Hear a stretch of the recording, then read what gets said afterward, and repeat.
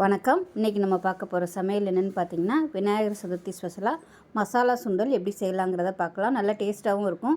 எப்பயும் போல் பண்ணாமல் இது மாதிரி கொஞ்சம் வித்தியாசமாக செஞ்சு பாருங்கள், நல்லாயிருக்கும். வாங்க இந்த மசாலா சுண்டல் எப்படி செய்யலாங்கிறத பார்க்கலாம்.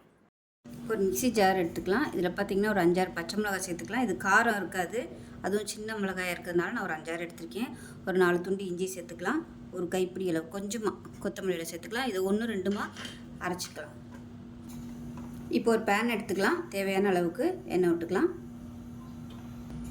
இப்போ எண்ணெய் நல்லா சூடாயிடுச்சு. ஒரு டீஸ்பூன் போல் கடுகு சேர்த்துக்கலாம். ஒரு டீஸ்பூன் உளுந்து சேர்த்துக்கலாம். கொஞ்சமாக கருவேப்பிலை சேர்த்துக்கலாம். 3 வரமிளகாயை கிள்ளிட்டு சேர்த்துக்கலாம்.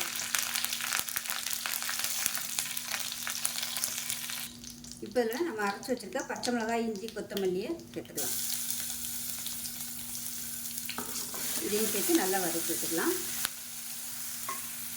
இப்போ இதில் கொஞ்சமாக சாம்பார் தூள் சேர்த்துக்கலாம். சாம்பார் தூள் இல்லை குழம்பு தூள் சேர்த்துக்கோங்க. நான் ஒரு 1/2 டேபிள் ஸ்பூன் அளவுக்கு சேர்த்துருக்கேன். இதை லேசாக எண்ணெயில் வதக்கி விட்டுக்கலாம். இதில் கொஞ்சமாக பெருங்காயத்தூள் சேர்த்துக்கலாம்.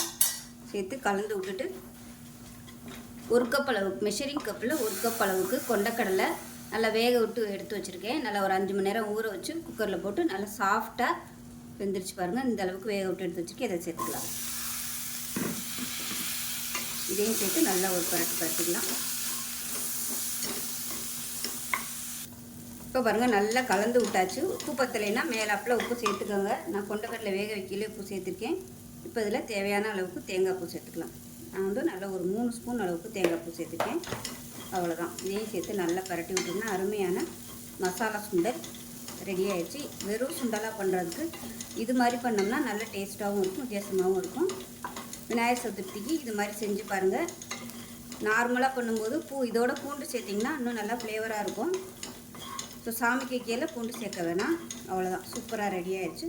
செஞ்சு பாருங்கள். செஞ்சு பார்த்துட்டு எப்படி இருந்துச்சுங்கிறத சொல்லுங்கள். வீடியோ பிடிச்சிச்சின்னா லைக் பண்ணுங்கள், கமெண்ட் பண்ணுங்கள், சேனலை சப்ஸ்கிரைப் பண்ணுங்கள், பக்கத்தில் உள்ள பெல் பட்டனை ப்ரெஸ் பண்ணுங்கள். நன்றி.